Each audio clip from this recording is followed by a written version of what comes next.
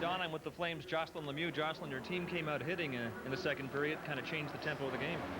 Well, that certainly is our game plan every game, and I know personally that's something I needed to pick up, and I've been trying to do that the last couple of games. And you know, it's a long season, but personally, again, it's been a really long season. I'm just trying to get ready for playoffs. Yeah, if you finish 7th in the conference, you'll end up playing Colorado in the first round, pit you against your brother Claude. Do you fancy that matchup? I mean, how about it? I'm sure Mom and Dad would have to come to the games, and they would have to stay neutral, or maybe cheer for the baby of the family. But that's something we haven't done yet, which is to play in playoffs, and it will be very exciting, no doubt. All right, Jocelyn, thanks for your time. You're welcome. After 2 periods of play here at the Winnipeg Arena, the Jets and Flames are tied at 2. Stand by for After 40 Minutes. That's next on Molson Hockey Night in Canada on CBC.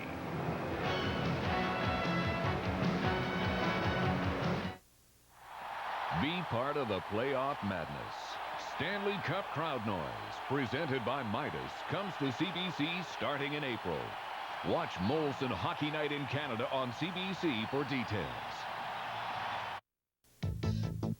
After 40 Minutes, brought to you by Owens Corning Canada, manufacturers of fiberglass pink insulation. Tonight on After 40 Minutes, Iron Mike Keenan checks the health charts, and NHL Commissioner Gary Bettman issues an edict. That's next. As you can see, Vaughn's in Montreal, Jim's in California, and JD's getting set for the Hawks and the Wings tomorrow on Fox. Jim, you're in California, so since St. Louis is here with me in Toronto, I'll ask you about these befuddled Blues and all their injuries and where they're going. What do you think? Well, it really looks like a messy situation to me for a team that's supposed to be winning the Stanley Cup. They're at odds with each other at the top, and Mike Keenan and Brett Hull can't seem to get on the same page. Now Wayne Gretzky is hurt.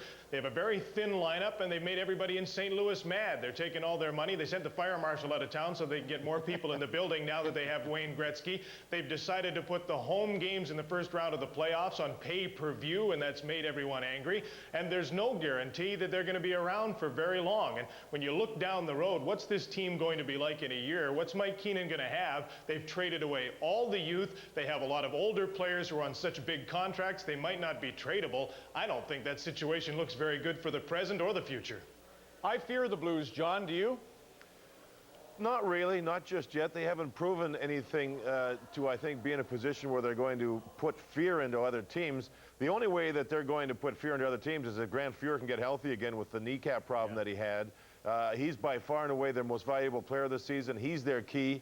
And the other has to be Brett Hull. I think Wayne Gretzky, if he gets healthy, will play hard, as will Al McInnes, as will Shane Corson.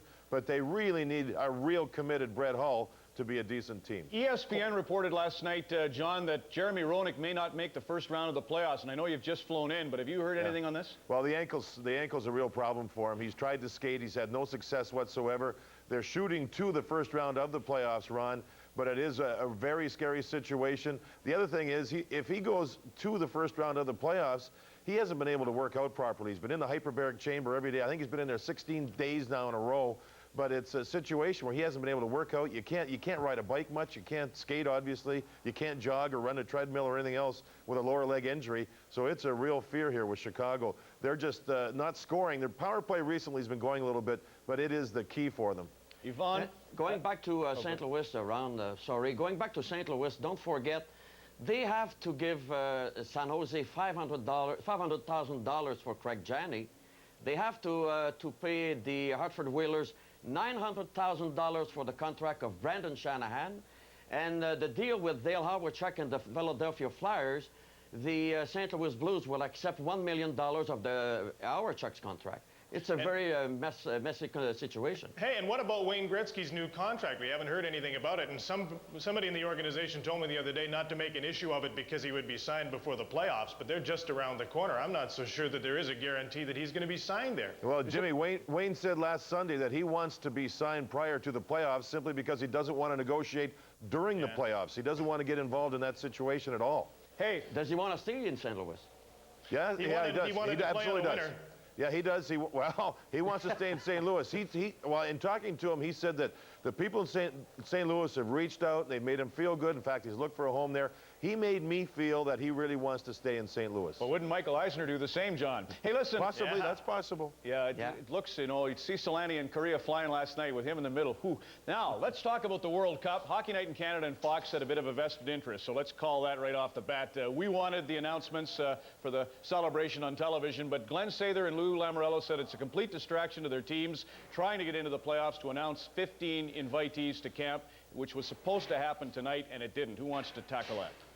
Well, I really think they did want to delay things for a while, and they still do. I don't think they want any part of an announcement even in the middle of April, because they want to be able to watch the playoffs, see who the best players are going to be, and then make announcements later. This is for promotional purposes, and I think everybody understands that, but from the practical purposes of trying to name a team, you don't want to have to name all of your guys, even 15 of them this early. Well, I think you can name some of them, though, obviously, to try and help promote the thing in both countries and perhaps around the world, Jimmy. Hey, I know JD. that with both Lou and Slats, I think they've had the deadline extended to, I believe, the 14th of April. And by the way, the Russians, as we talked about last week, they had not announced that Larionov and Fetisov were on the team, the two fine Red Wing players. They've been added. They got all kinds of problems going. They don't know where the money's going to go to in Europe. The word mafia keeps jumping up all the time. And by the way, they've been added, which is good news. JD, let me ask you this question and throw it out to the other guys. Here's part of the dilemma of trying to name a roster early. Would you put Wayne Gretzky on it right now? That's a great question. Did you even have to hesitate before you answer that question? If you do, then it's something that needs considerable thought, maybe through the playoffs. Is Canada going to have an old team, a young team? Who's going to be on it? The old guard, or there's going to be some fresh new faces? Jimmy, I'm of the opinion that you should try and balance a team out for the simple reason that the World Cup is going to create a great deal of interest, and rightly so, but it's also a prelude to the Olympics of '98. And I think that you need some balance of young players there to be ready to know what that tournament's all about regarding the Olympics coming up in '98. We always seem to think it's a lock that Canada's going to be great in these tournaments, but have a look at the standings right now, and you'll find that over half the teams in the league are led in scoring by a non-Canadian. Almost half the top 25 scorers are from other countries than Canada. We got to put some real serious thought to a team here. And that's all the hype we need, Jim, on that score. Why do it now? Let's wait. Yvonne, I know you're trying to get in there. Go ahead. Yeah, well, if you look at the Canada players, and I think Glenn Sather knows exactly who are the 15 best players he's going to use in the Canada in the World Cup. And that's one thing I can't understand why they didn't announce it today. But if you look at center, talking about Wayne Gretzky, and I agree with John Davidson, I mean, this is a prelude for the Olympic in 1998. So is Wayne Gretzky be able to play, will Wayne Gretzky be able to play 1998 at the Olympics? That's the main question. At center right now, we have Lindros, we have Mario Lemieux, Joe Sakic, and we can throw also, we can talk about Mark Messier, who has been a force for the New York Rangers this season.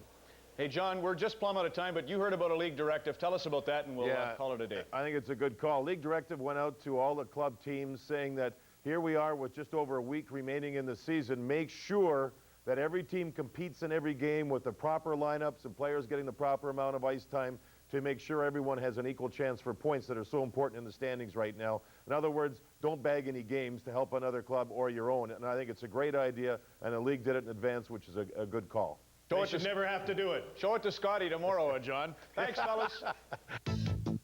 After 40 minutes. Brought to you by Owens Corning Canada, manufacturers of fiberglass pink insulation.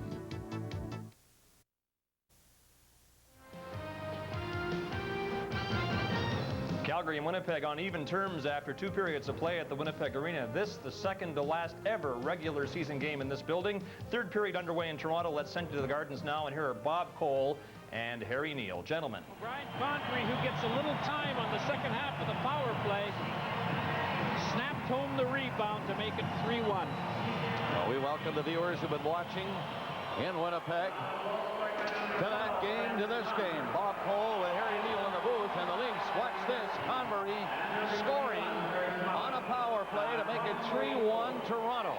The Blues, however, have been out shooting the Maple Leafs in the game 30-21. There, though, a 2-goal spread. Converty's third of the season from Murphy and Muller, and 1:44, it's 3-1 Toronto. Here comes Racine. This is a tactic Mike Keenan often uses to get some time.